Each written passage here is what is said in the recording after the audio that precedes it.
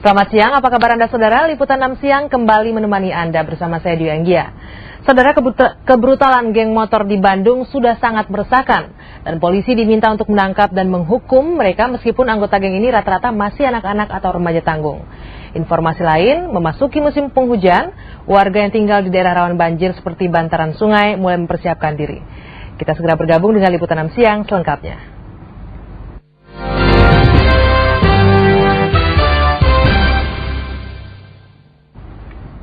Warga Kota Bandung kembali meminta untuk kesekian kalinya agar polisi menangkap dan menghukum para anggota geng motor yang sering bertindak sadis seperti menganiaya warga hingga tewas dan juga merampok. Polres Bandung berjanji akan menindak tegas para pelaku, termasuk jika ditemukan pelaku yang merupakan anak pejabat.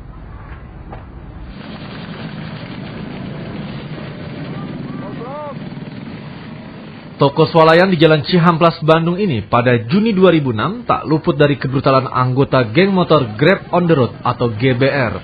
Para pelaku merusak toko dan menjarah isinya. Salah seorang pelaku telah ditangkap. Kenapa konyol? Kok konyol 2 kali? Ini orang lainnya salah kan? Iya, berapa kali sih ditahan gitu? Berapa kali ya? Kemarin. Berapa kali kamu?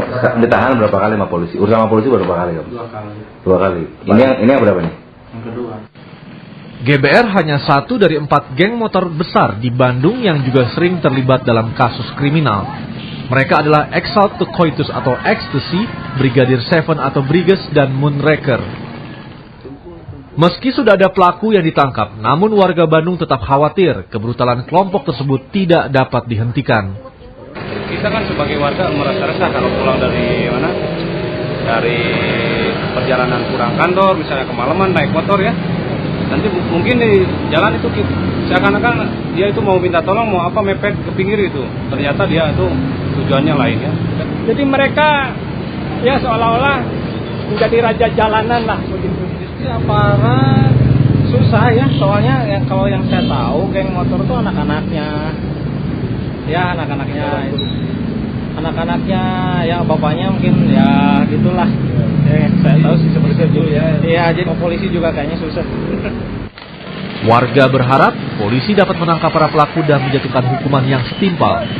Polres Bandung pun berjanji akan bertindak tegas termasuk jika ditemukan pelaku yang merupakan anak pejabat.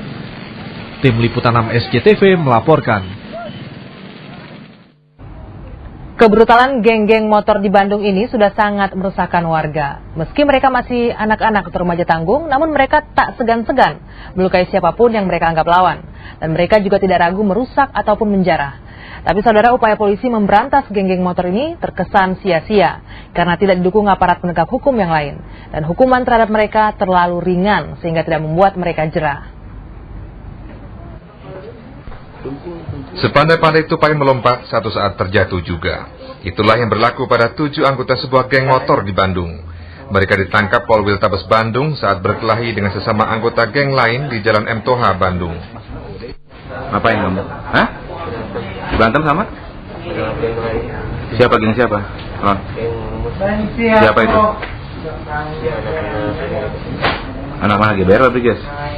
Briges. Kamu tahu itu Briges dari mana? Ada yang pakai baju Briges. Polisi juga menangkap seorang anggota geng motor yang merusak sepeda motor warga yang diparkir di depan sebuah toko di Cihamplas, Bandung. Dari mulutnya terungkap, sebelum beraksi, puluhan anggota geng motor biasanya berkumpul dan menenggak minuman keras. Kalau pertamanya ngumpul kayak itu suka banyak pengen nongkrong kan, minum gitu. Minuman apa? Minuman beralkohol. Apa itu? Yang seringnya mah arak. Biasanya mereka melengkapi diri dengan berbagai jenis senjata untuk menyerang atau mempertahankan diri dari serangan geng lawan.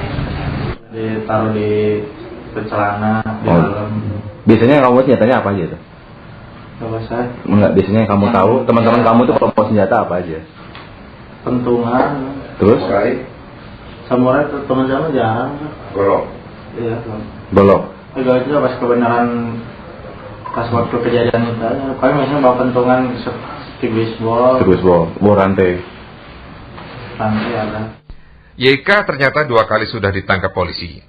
Namun wajahnya sama sekali tidak menyiratkan penyesalan. Mungkin ia yakin kalau toh nanti dihukum, hukumannya akan ringan. Satu hal yang mengecewakan polisi.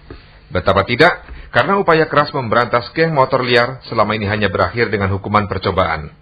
Ada beberapa kelompok motor yang kita limpahkan kepada pengadilan. Hal ini semua rata-rata percobaan. Dari percobaan 6 bulan. Setelah itu dia melakukan lagi. Percobaan lagi dia melakukan lagi. Ini terbukti. Umur anggota geng motor umumnya memang masih sangat belia. Namun ulah mereka membuat warga Bandung resah dan selalu merasa terteror.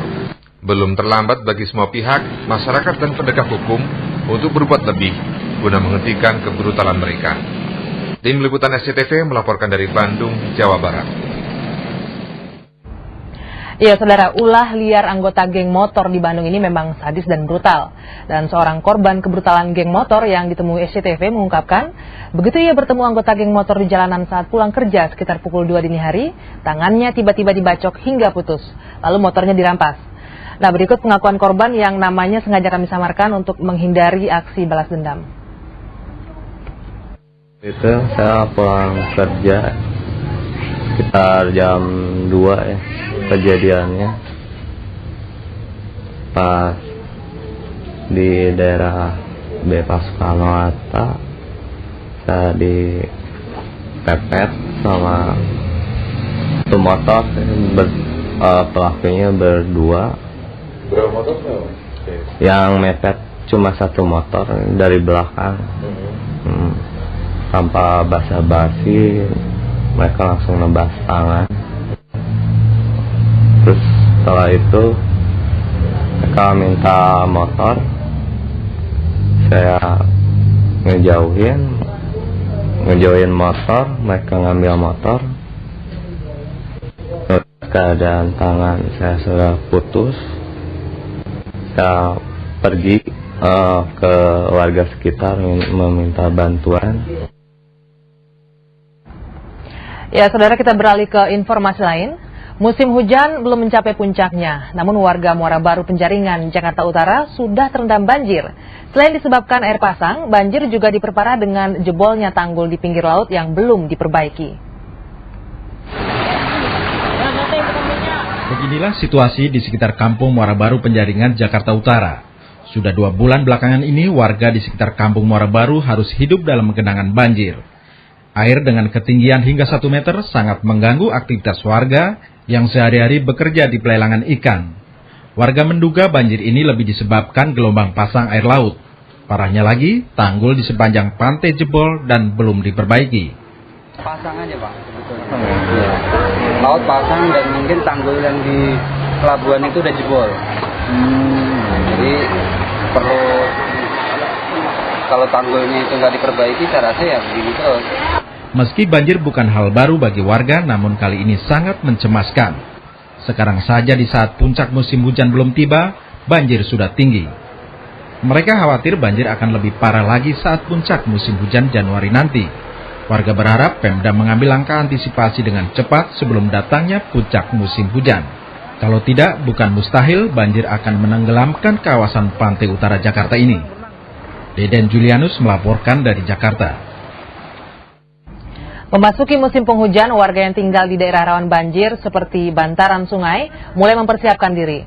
Walaupun dari tahun ke tahun dilanda banjir, namun sebagian besar warga tidak merasa perlu untuk pindah rumah. Dan boleh dikatakan mereka akhirnya bersahabat dengan banjir. Yang penting apa, Bu, kalau lagi banjir itu yang pertama? Inilah yang biasa dilakukan Dayia saat musim penghujan tiba, siap mengungsi dengan barang seadanya. Bagi Dayia, banjir adalah kepastian. Bulan Februari lalu, atap rumah Dayia hanyut di bawah banjir.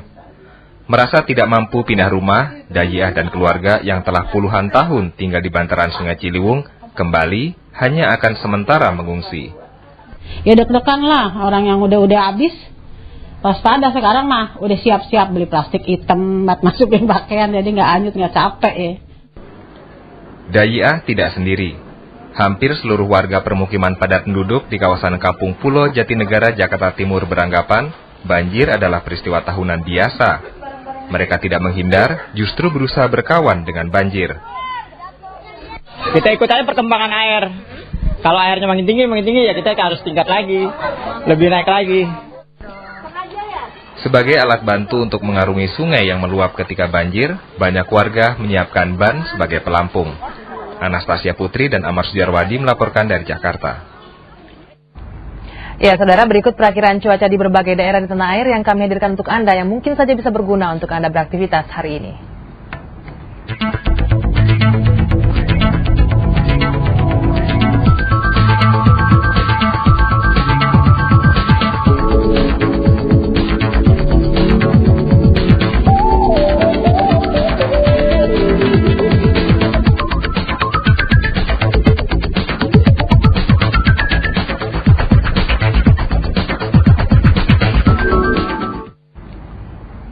Laksamana Soekardi, tersangka kasus penjualan 2 kapal tanker raksasa milik Pertamina, datang diiringi 1.000 pendukungnya Partai Demokrasi Pembaruan untuk memenuhi panggilan Kejaksaan Agung.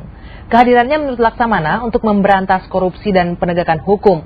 Kasus ini diduga merugikan negara senilai 20 juta US dollar atau 180 miliar rupiah. Nah, selain melibatkan mantan Menteri BUMN ini, 2 direktur Pertamina lainnya, Arifin Nawawi dan Alfred Rohimone, dinyatakan sebagai tersangka dalam kasus ini. Reporter kami Raditya Wicaksono melaporkan dari Kejaksaan Agung untuk Anda.